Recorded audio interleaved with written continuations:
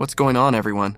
Another crushing story is coming straight out of Cleveland, and it has the entire NFL world talking, laughing, and shaking their heads in disbelief.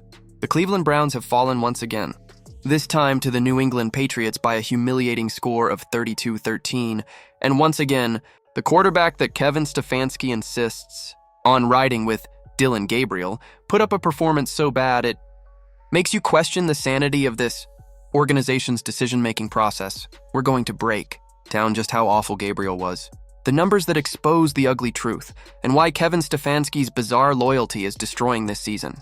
We'll also talk about why Shedeur Sanders needs to be starting immediately before this entire year becomes a total waste.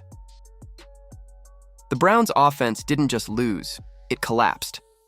This game was never close, never competitive, and never inspiring. Gabriel has been the chosen one all season, getting every first-team rep, all the coaching focus, and every bit of Stefanski's attention. Meanwhile, Shedeur Sanders, the more talented and dynamic option, sits on the bench, waiting for his chance. Stefanski's favoritism isn't just visible anymore, it's glaring and it's becoming impossible to justify. The numbers paint a damning picture. Gabriel went 21 for 35 with a completion rate of exactly 60%.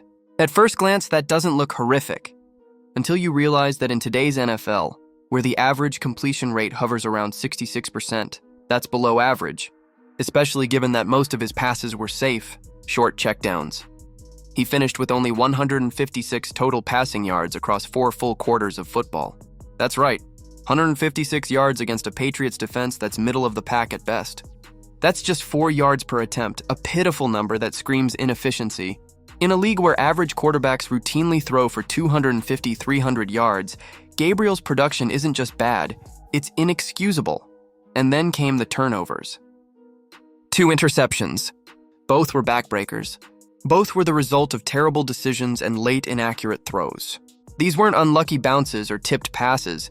These were the kind of mistakes that show a quarterback who can't read defenses or lacks the arm strength to execute what he sees. Sure, the stat sheet will show 2 touchdowns, but context matters. Both came during garbage time when New England was playing soft prevent coverage, essentially letting Cleveland move the ball to run out the clock. Those touchdowns didn't come when the game mattered. They were cosmetic. The film doesn't lie. Gabriel wasn't attacking downfield. He was living off checkdowns and dump-offs behind the line of scrimmage. Defenses have figured him out completely. They load up short zones, daring him to throw deep because they know he can't. The Patriots sat on routes, jumped passes, and picked him off easily. This is what happens when a quarterback plays scared and a coach refuses to adapt. And let's talk about Stefanski.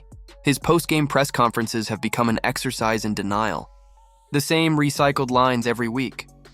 We need to execute better. We'll look at the tape. We have to coach better. It's all noise. The truth is that his offensive system has become predictable, timid, and easy to defend. His blind loyalty to Gabriel has handcuffed this offense and wasted an elite defense led by Myles Garrett, who must be wondering how long he can keep carrying this lifeless team. This isn't just a bad stretch of games, it's systemic failure. Gabriel's inability to throw deep or move the chains consistently has turned this offense into one of the least threatening in the league, and it's killing morale. You can see it in the receiver's frustration, the lineman's body language, and the defense's exhaustion from constantly being put back on the field. Meanwhile, Shedeur Sanders sits and watches.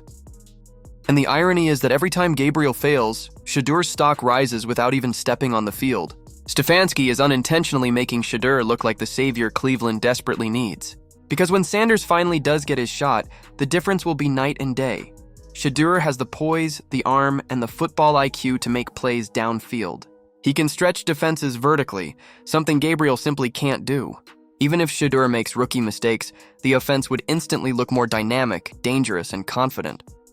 Cleveland fans aren't asking for miracles. They're asking for common sense. Stefanski's problem is pride. Admitting that Gabriel was the wrong choice would mean admitting he misjudged his own roster. But every game that passes makes that truth harder to ignore. The Browns are now 2-6 with a defense that could easily support a winning record if the offense wasn't collapsing every week.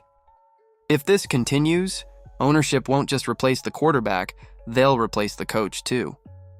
Stefanski's job security is now directly tied to this decision. The fans know it. The media knows it, and the locker room feels it. It's time for the Browns to stop protecting egos and start protecting their season. Shedeur Sanders needs to start now, not next month, not after the bye week, not when he's ready. He's ready now. And if Cleveland doesn't act, they're going to lose not just games, but their locker room, their fans, and their credibility. The clock is ticking, and the city is losing patience. The chants for Shedeur are getting louder every week. The comparisons between his college dominance and Gabriel's NFL struggles are flooding social media. The entire football world can see what needs to happen. Everyone except Kevin Stefanski, apparently. This isn't just about one quarterback. It's about the direction of an entire franchise. The Browns can either embrace the future with Shedeur Sanders or keep clinging to a broken system that's clearly not working. But make no mistake, the choice they make in the next few weeks will define the rest of this season and possibly the next decade of Cleveland football. Because sooner or later, Shedeur Sanders will take that field. And when he does, Browns fans will finally see what they've been missing all along, a quarterback who can throw, lead, and win. If you want to stay updated on this wild quarterback saga, the moment Shedeur finally takes over, and how the Browns handle the chaos that's coming, make sure you're subscribed. Hit that notification bell so you don't miss when the truth finally plays out on the field. Stay tuned because this story is far from over.